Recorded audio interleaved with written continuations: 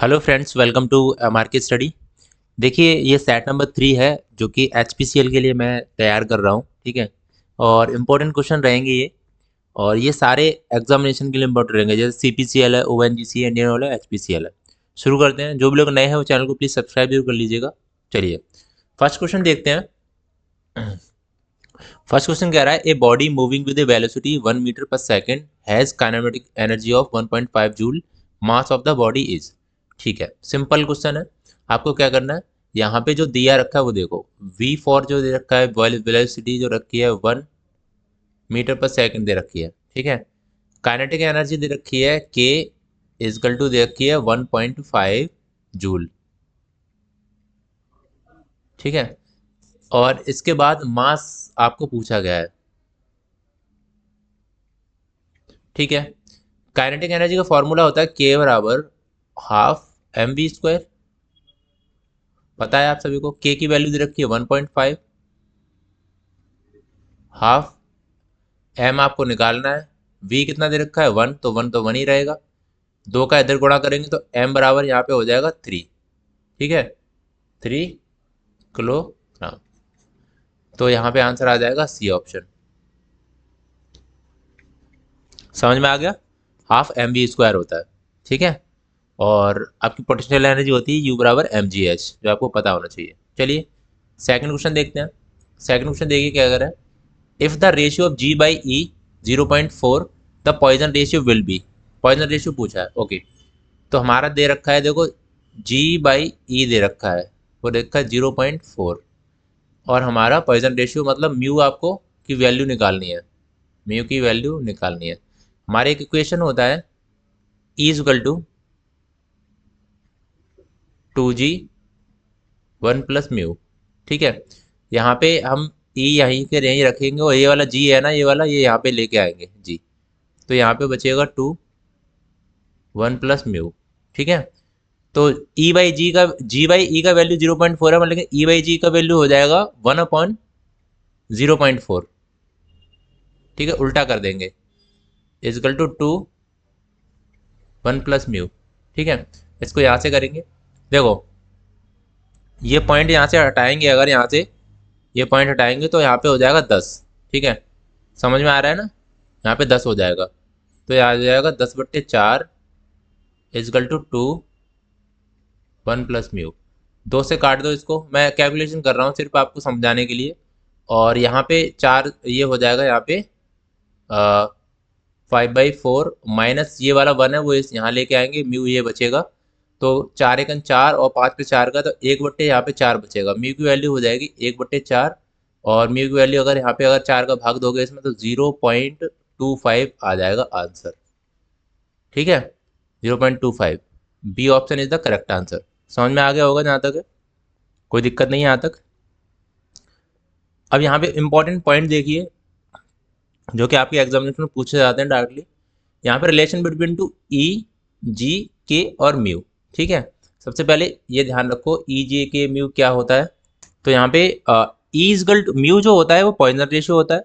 ठीक है, 1/m होता है वो पॉइजन रेशियो के नाम से ही इसको 1/m होता है, वो पॉइजन रेशियो भी इसको भी बोलते हैं। जी होता है मॉडुलस ऑफ रिलेटिविटी, के होता है बल्क मॉडुलस, ई होता है यंग मॉडुलस। ठीक है, तो यहाँ फॉर्मूले हैं, वो 4 फॉर्मूले आपको याद रखने हैं। ई इजगल टू 3 के 1 - 2 म्यू, ई इजगल टू 3 के 1 - 2/m। म्यू की वैल्यू क्या हमने रख दी है 1/m, तब ये ऐसे बन गया दूसरा। ठीक है, तो ये और ये एक ही फॉर्मूला है, बस मैंने इसको ना तरीके से मैनेज करके रखा है। ठीक है, समझ में आ गया। म्यू की वैल्यू मैंने यहाँ पे रख दी है, तो 1 - 2/m हो जाएगा।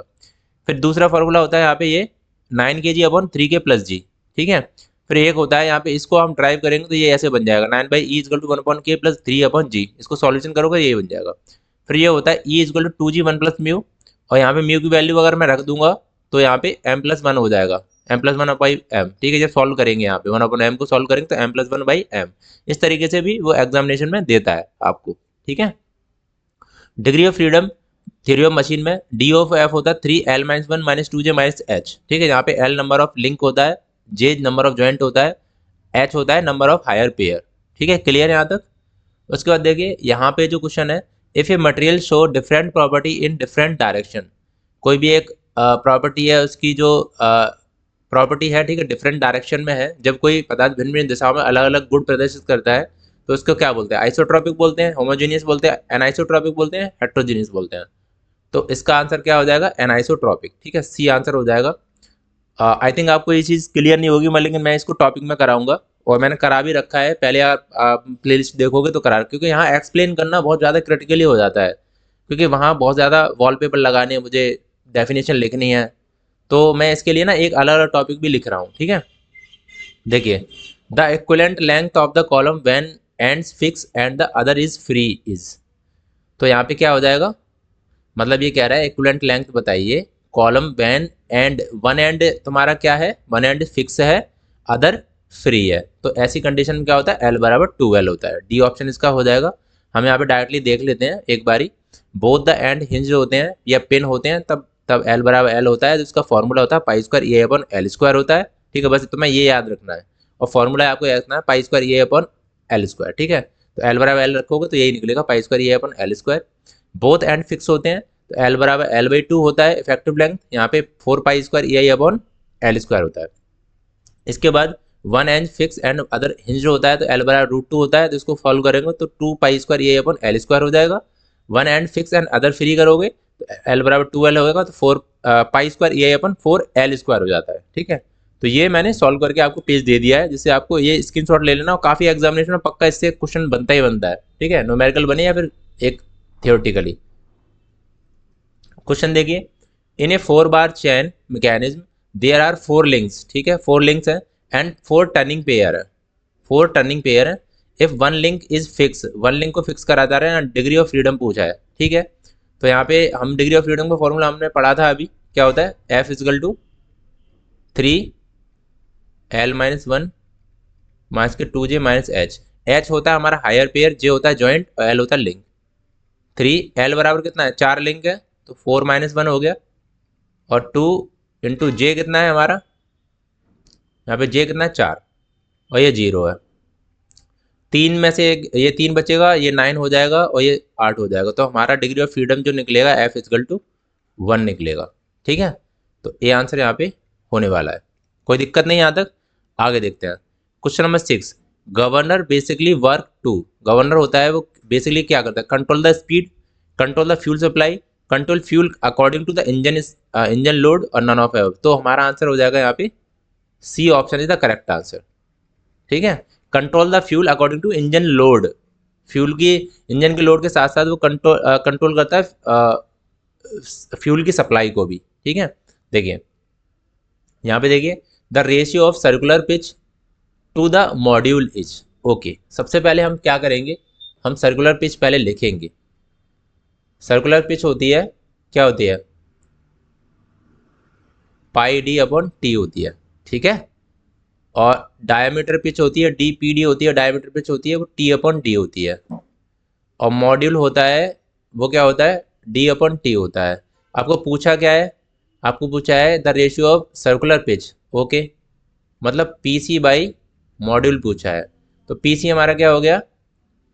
पाई डी अपॉन टी, और मॉड्यूल होता है डी अपॉन टी, ठीक है, ये हो गया। इसके बाद यहाँ से टी से टी कैंसिल आउट करेंगे और डी से डी कैंसिल आउट करेंगे तो पाई का पाई यहाँ पे आंसर आ जाएगा। अब तो पाई यहाँ पे आ जाएगा आंसर, ठीक है। तो यहाँ पे जो आंसर दे रखा है, यहाँ पे मैं यहाँ पे एक ऑप्शन बढ़ा दे रहा हूँ 2 पाई, यहाँ पे आंसर ये हम आ जाएगा ए ऑप्शन, ठीक है। ए आंसर यहाँ पे हो जाएगा। देखिए आगे देखिए, threads transmission are suitable for power. Power के लिए जो थ्रेड्स होती हैं वो सबसे बेस्ट जो होती है वो स्क्वायर थ्रेड होती है, ठीक है, स्क्वायर थ्रेड। आगे चलिए, और स्क्वायर थ्रेड की जो वैल्यू होती है वो 90 डिग्री होती है। वी, आप मुझे बताओगे कि वी की वैल्यू जो होती है, वी का एंगल जो होता है वो कितना होता है, ठीक है। कमेंट बॉक्स में अभी कमेंट करिएगा, वी वेल्ट जो होती है उसका जो एंगल होता है वो कितना होता है। आगे देखिए, which of the following material has maximum malleability. Malleability maximum किसकी होगी इसमें से? Wrought iron, soft iron, lead, copper. तो हमारे हो जाएगा यहाँ पे बी ऑप्शन, ठीक है, लेड की यहाँ पे हो जाएगी। आगे देखिए, can easily be drawn into wire. हम इसमें से कौन से पदार्थ को या कौन से मटेरियल को वायर में कन्वर्ट कर सकते हैं? कास्ट आयरन नहीं, ये होता है हमारा ब्रिटल मटेरियल होता है, ध्यान रखना, कास्ट आयरन। ब्रिटल मटेरियल होता है जिंक, टिन और कॉपर, तो हम कॉपर को हम वायर में चेंज कर सकते हैं। ठीक है, आगे देखिए, at which standard temperature are gauge kept in the section, अनुभाग के कौन से मानक तापमान गेज रखा जाता है। तो गेज जो होते हैं वो उनको अच्छे से रखने के लिए हम 20 डिग्री सेल्सियस पे इसको रखे जाते हैं। ठीक है, ये ध्यान रखना, 20 डिग्री सेल्सियस पे रखे जाते हैं। आगे देखिए, pyrometer is use to measure the temperature of, pyrometer मतलब किसके लिए यूज करा जाता है, तो पायरोमीटर यूज करा जाता है यहाँ पे फर्नेस के लिए, जो हाई टेम्परेचर होते हैं। ठीक है, pyrometer high temperature, high temperature.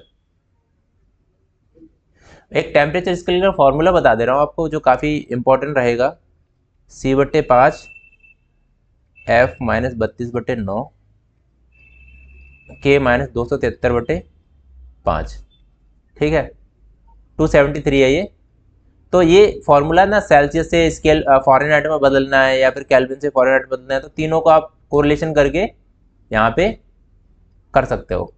ठीक है, चलिए, which of the following is not a part of a CAD, computer aided design होता है, graphic display terminal, keyboard, computer program और पेरिफेरल इक्विपमेंट। क्या आंसर हो जाएगा इसका, कंप्यूटर प्रोग्राम। ठीक है, कंप्यूटर प्रोग्राम।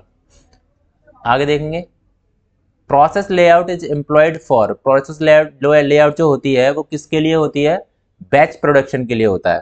ठीक है, ये आंसर इसका यहाँ हो जाएगा बैच प्रोडक्शन के लिए। तो आगे देखिए, ये लास्ट क्वेश्चन है और इसका आंसर आपको कमेंट बॉक्स में बताना है। इस सिंपल मैकेनिज्म कंसिस्ट ऑफ 11, यहाँ पे सिंपल रिवॉल्यूशन जॉइंट है। ठीक है, और 9 लिंक्स हैं यहाँ पे।